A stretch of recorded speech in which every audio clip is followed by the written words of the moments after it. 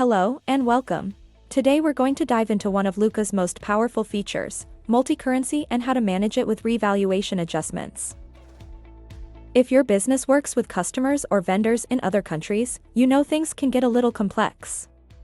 You might sell a service for $100, but you report your finances in Singapore dollars, SGD.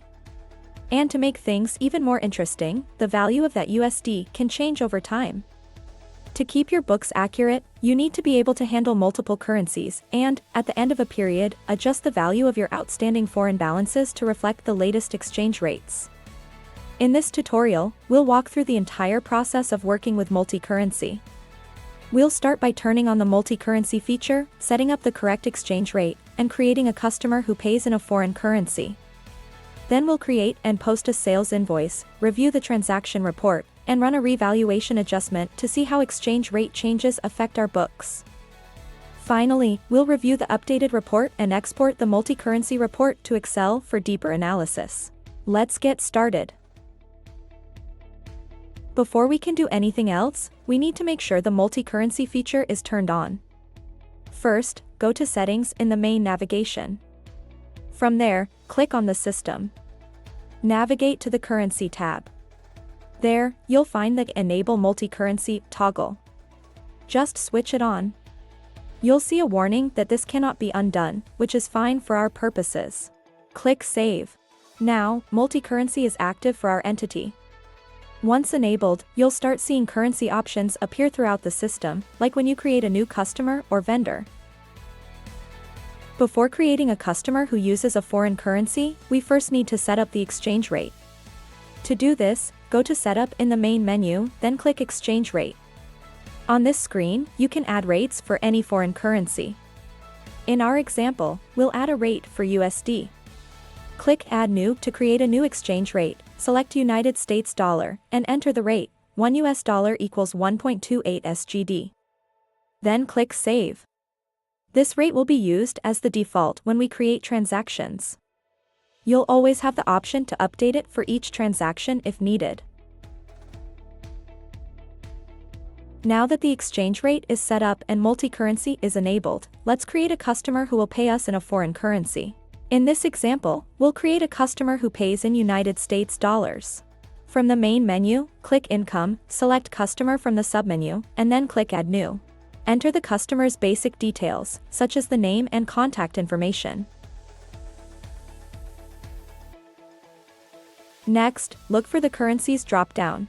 Because we enabled multi-currency earlier, this field is now visible.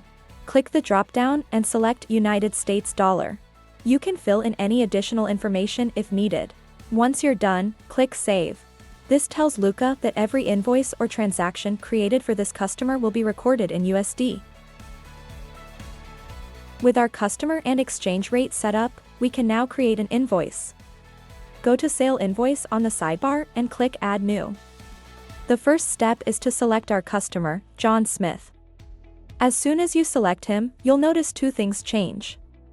The currency symbol for both the price and amount fields changes from S dollar to US dollars.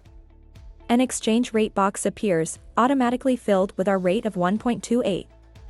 Let's add a line item.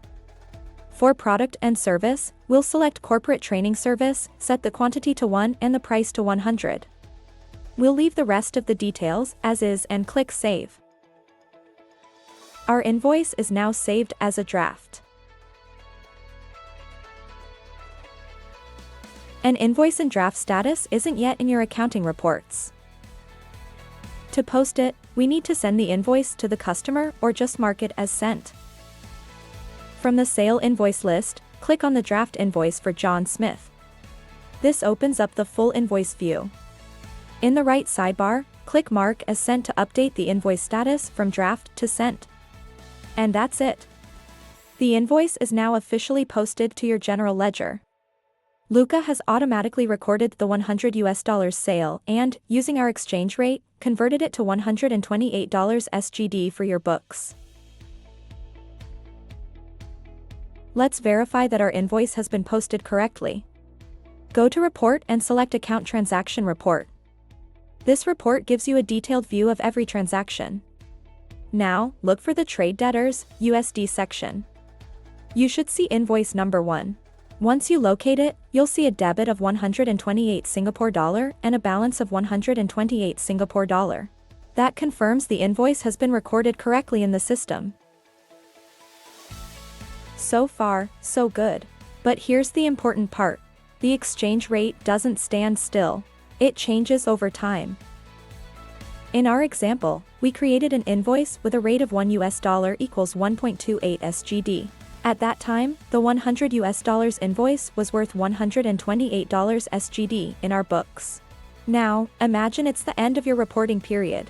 The customer hasn't paid yet, but the exchange rate has changed to $1 equals 1.50 SGD. In reality, that $100 is now worth $150 SGD. To have accurate financial statements at period end, we need to update the value of that outstanding invoice to reflect the new rate. This process is called a revaluation adjustment. It doesn't change the actual USD amount the customer owes, but it updates its value in SGD and records an unrealized gain or loss. Let's see this in action. To create a revaluation adjustment, go to Journal, then click Revaluation. Click Add New to open a new adjustment. Set the date to our reporting date, for example December 31st, 2026. On the right panel, select the foreign currency you want to revalue. We'll choose United States dollar. Now, look at the table. It shows our trade debtors, USD account with an original amount, USD, of $100. The value before revaluation, SGD, shows what it was worth at the old rate, 128 Singapore dollar. Initially, if we keep the exchange rate at 1.28, the value after revaluation is also 128 Singapore dollar, and the revaluation adjustment is $0. But let's say the rate has changed to 1.5. Type 1.5 into the exchange rate box. As soon as you do, watch the table update. The value after revaluation, SGD, jumps to 150 Singapore dollar. The revaluation adjustment, SGD, now shows a gain of 22 Singapore dollar. This is the unrealized gain on our outstanding invoice. You can click Save to post this adjustment to your books. Now, let's see the impact of that revaluation on our transaction report. Go back to Report and reopen the Account Transaction Report. Before we continue, make sure your reporting period includes the revaluation date. For this demo, we've set the revaluation adjustment to the financial period end date, so select a custom reporting period that covers that date, then click Apply. Now, look again at the Trade Debtors, USD section. You'll still see the original invoice. Right below it, you'll notice a new line. This is a journal entry, using the reference number from our revaluation.